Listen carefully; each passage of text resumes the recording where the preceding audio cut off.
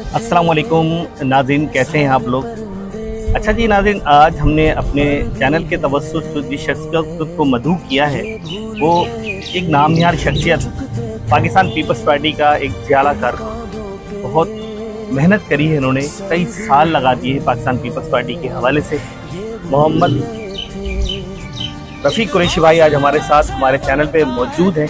इनसे बात करेंगे जश्न आज़ादी के हवाले से। बहुत खूबसूरत सा आप मेरे पीछे देख सकते हैं कि मज़ार कायद जो है वो बनाया गया है और बहुत सारी चीज़ें ऐसी जो है वो आने वाली है अल्हम्दुलिल्लाह, जो आपको हम इंशाल्लाह अपने मज़ीद चैनल में दिखाएंगे। आज इनसे मुलाकात करते हैं। हर साल बहुत अच्छी जो है जश्न आज़ादी की तैयारी करते हैं और इस साल तो वैसे भी जश्न आज़ादी जो है बड़े धूमधाम से जो है वो मनाया जा रहा है। ख़ास तौर पर इसलिए कि ये इस साल मनाने का मेन मकसद ये है कि फ़तह पाकिस्तान की फ़ौज ने जो फ़तह हासिल करी है इंडिया के ख़िलाफ़, इस पर जश्न का जो है अमल है। और अल्हम्दुलिल्लाह आप देखेंगे कि इस साल पाकिस्तान में एक तारीख़ी जो है जश्न आज़ादी मनाया जाएगा। 74 साल हमने गुजार दिए हैं अल्हम्दुलिल्लाह। इस मुल्क में 3 पीढ़ियाँ जो है वो जा चुकी है। एक ने आज़ादी दिलवाई, कुछ लोग आज़ाद हो कीजिए, और एक ये नौजवान नस्ल जो आजकल की है वो भी आज़ादी की सांस ले रही है। तो रफ़ीक कुरैशी भाई हमारे साथ मौजूद है हमारे चैनल के तवज्जुह से। रफ़ीक भाई कैसे हैं आप, कैसी तबीयत है आपकी? ठीक ठाक हैं अल्हम्दुलिल्लाह। रफ़ीक भाई बड़ी अच्छी कोशिश होती है हर साल आपकी, और इस साल भी आपने जश्न आज़ादी के हिसाब से बहुत अच्छी तैयारी करी है। क्या कहना चाहेंगे, ये जज्बा कैसे पैदा होता है? अस्सलाम वालेकुम। सबसे पहले तो मैं मीडिया का शुक्रिया अदा करता हूँ कि जो भी हम प्रोग्राम करते हैं माशाल्लाह से मीडिया शाना बशाना हमारा साथ देता है।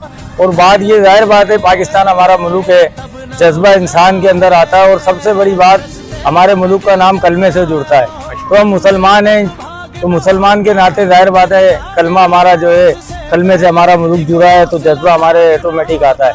आप जिस तरीके से देखें कि पाक फौज ने हमारी दुनिया के अंदर पाकिस्तान का नाम बुलंद किया है, तो इस तरीके से मैं पाकिस्तान के नौजवानों और बच्चों को कहना चाहता हूँ कि जिस तरीके से हम जश्न आज़ादी बनाते हैं, आप भी इतने शौक से जश्न आज़ादी बनाएं और अपने मुल्क का नाम रोशन करें। वैसे कुरैशी भाई एक सवाल है मेरा आपसे, कितने साल तकरीबन आपने गुजार दिए हैं पाकिस्तान पीपल्स पार्टी में काम? पीपल्स पार्टी में मुझे तकरीबन 12 लोग हैं आप तकरीबन? नहीं, मुझे पीपल्स पार्टी में आए हुए 12 से 13 साल हो गए। एक है जी। जब मैं पीपल्स पार्टी में आया था तो यहाँ पीपल्स पार्टी का कोई झंडा नहीं लगाता था। आज लोग बोलते हैं कि पीपल्स पार्टी में लाया हूँ, वो अल्लाह जानता है कौन लाया, क्योंकि मैंने बड़ी मेहनत करी इस पीपल्स पार्टी के लिए। कई दफ़ा हमले हुए मेरे ऊपर, मगर अल्लाह का शुक्र है कि मैंने जो मेरी सोच थी कि पीपल्स पार्टी बुलंद हो, आज अल्लाह का शुक्र है कि पीपल्स पार्टी बुलंद है। आज चेयरमैन भी हमारे पास, MP भी हैं, और नौजवानों की मकसद क़यादत भी है पीपल्स पार्टी के अंदर। यही नौजवानों की क़यादत के लिए मैंने बिलावल साहब से कई दफ़ा अपील करी मीडिया के ज़रिए, तो अल्लाह पाक ने जो है बिलावल साहब तक ये बात हमारी पहुँचाई और जो है नौजवान की क़यादत आ गई। और प्लस ये कि ये जो आज हम ये 14 अगस्त बना रहे हैं, एक तो हमारी पाक फौज की वजह से, और इसको बड़ा अमल कर रहे हैं। पहले हम केक काटते थे 50 पाउंड का, 100 पाउंड का केक काटेंगे। अरे माशाल्लाह, बहुत। और प्लस ये कि बिलावल साहब की भी हिदायत है कि तमाम वर्कर जो है पीपल्स पार्टी जोरों शोर से बनाए और हर घर में पीपल्स पार्टी का झंडा ले रहा है और पाकिस्तान का झंडा ले रहा है। इलेक्शन का हिस्सा क्यों नहीं बनते आप? इलेक्शन का हिस्सा इस मामले से आप असल में बात ये है कि मैं थोड़ा सा जो है इलेक्शन का हिस्सा यूँ नहीं बनता हूँ कि आपको भी पता है कि इलेक्शन जीतने के बाद आवाम गालियाँ दे रही होती है, चाहे वो पीपल्स पार्टी का लीडर हो या MKM को या जमात इस्लामी को। जब आप आवाम का काम नहीं कर सकते तो इलेक्शन में खड़े होने का आपका हक नहीं। जब आप इलेक्शन जीतते हैं तो आपका फंड होता है, तो आप उस फंड के हवाले से काम क्यों नहीं करवा सकते जो आपको आवाम गालियाँ दे या कोई और आपके ऊपर कोई एलिगेशन लगाए? माशाल्लाह से अभी आपके सामने मीडिया के तवज्जुह से मैं खुली बात करूँगा, मैं किसी से डरता नहीं हूँ, ना पहले डरा हूँ ना आज डरूंगा। जिनको फंड मिला आप उनसे पूछो फंड कहाँ लगाया है। यहाँ तक के कि मैं चेयरमैन नईम शेख साहब से बोलता हूँ कि आपने हमारे इलाके के अंदर कौन सा फंड लगाया है? 1 रुपए का फंड नहीं लगा है। यहाँ तक के गटर के ढक्कन तक नहीं लगे हैं। कभी मौका मिलेगा तो इंशाअल्लाह ताला आमने सामने नईम साहब से, मैं खुद अपनी जमात के हैं, मैं उनके बारे में बोल रहा हूँ, किसी और जमात के बारे में नहीं बोल रहा हूँ।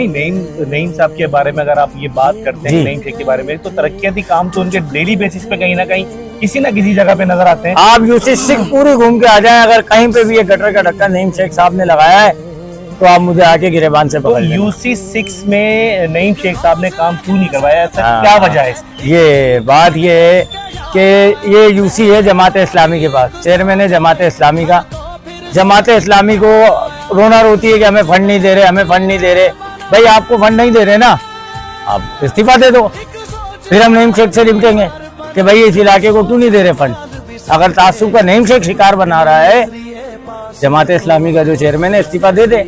फिर हम जाके नईम शेख से पूछेंगे। नईम शेख के पास हम जहाँ जाते हैं वो बोलता है मैं फंड दे रहा हूँ। तो भाई वो फंड कहाँ जा रहा है? 12 लाख रुपए महीना आता है, वो कहाँ जा रहा है?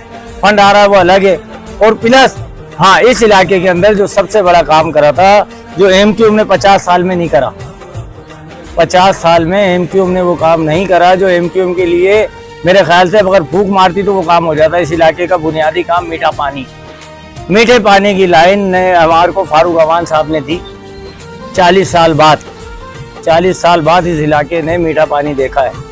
और मेरे ख्याल से तारीखी मीडिया के अंदर भी है, जिस दिन हम ये कनेक्शन करा रहे थे तो बड़ी एमक्यूएम ने कोशिश करी कि पानी रुक जाए, मगर फारूक अवान साहब ने कोशिश कर ये पूरा हमारा पानी का काम और जानी मेमन साहब ने, इन दोनों ने मिलकर हमें पानी दिया। तो पानी का मसला आप लोगों का हल हाँ, अल्लाह का शुक्र है। तो नईम शेख साहब से आपकी शिकायत क्या है कि जब इस जमात इस्लामी का यहाँ पर चेयरमैन है, तो मतलब नईम शेख से उनका क्या ताल्लुक है इस बार? भाई नईम शेख साहब का यूं में उनका वास्ता है कि जाहिर बात है नईम शेख साहब के तो पूरे टाउन के चेयरमैन है ना। वो चार यूसियां तो देख रहे हैं, एक यूसी क्यों नहीं देख रहे? इस यूसी को भी देखें। जिस तरीके से यूसी 4 में जमात इस्लामी के हैं, मगर काम तो हो रहा है, नईम शेख ही करा रहे हैं। तो यहाँ ऐसा कौन सा तासुब नईम शेख साहब ने रखा हुआ है जो इलाके का काम नहीं हो पा रहा? ये इसका सवाल इंशाल्लाह कभी नईम भाई मेरे सामने बैठेंगे तो उनसे मैं जरूर ये सवाल करूंगा। मतलब आप लोगों का जो मेन काम है, मैं बिल्कुल गुजारिश करूंगा अपने टाउन चेयरमैन मोहम्मद नईम शेख साहब से कि ये यूसी 6 का जो है मामला, ये भी थोड़ा सा देखें। अगर इनका फंड यहाँ पर आ रहा है तो इनके पास तरक्की काम क्यों नहीं हो रहा, पेट्रोल का काम नहीं हो रहा, सड़कें नहीं बन रही, बहुत सारे मसले हैं यहाँ पर। इसका विजिट करें, जो लोगों की शिकायतें हैं उसको दूर करने की कोशिश करें। आपका एक अच्छा अमल है डिस्ट्रिक्ट कोरंगी में और आप एक अच्छा काम करवाते हैं, तो यूसी 6 पे भी आपकी नज़र होनी चाहिए। हम ये बात उन तक जरूर पहुंचाने की बिल्कुल की कोशिश करेंगे। और सबसे मेन चीज मेरी ये आपसे रिक्वेस्ट है कि नईम शेख साहब को एक अपील जरूर कर देना कि ये नाला जो है, नाला जगह जगह से टूट गया है, क्योंकि अभी भी यहाँ बीच में 2 दफा बच्चे मर चुके हैं नाले के अंदर। अच्छा, तो ये एक अपील है नईम शेख साहब से कि आप यूसी में काम कराएं नहीं कराएं, उधारा वो नाले का काम लाजमी करवा दें, क्योंकि अगर बारिशें हो गई तो नाला इलाके के अंदर ये नाला किस तरफ आता है? ये सर ये बिल्कुल मेरे बैक साइड पे नाला है। अच्छा। और बिल्कुल चौड़ा नाला है और काफी बड़ा नाला है ये, जिससे ये पूरा यूसी 6, यूसी 5, यूसी 7 ये तमाम उस नाले से जुड़ी हुई।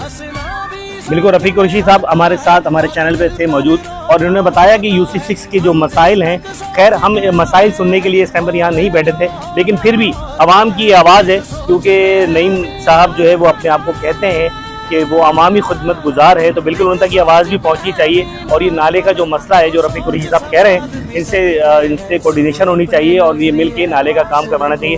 तो रफीक कुरैशी भाई, आपका बहुत बहुत शुक्रिया, आपने हमें टाइम दिया। और हम कहेंगे कि जश्न आज़ादी है तो तमाम लोग मिलकर नारा लगाएं। इंशाअल्लाह। पाक फौज जिंदाबाद, पाकिस्तान जिंदाबाद। जज़ाकल्लाह।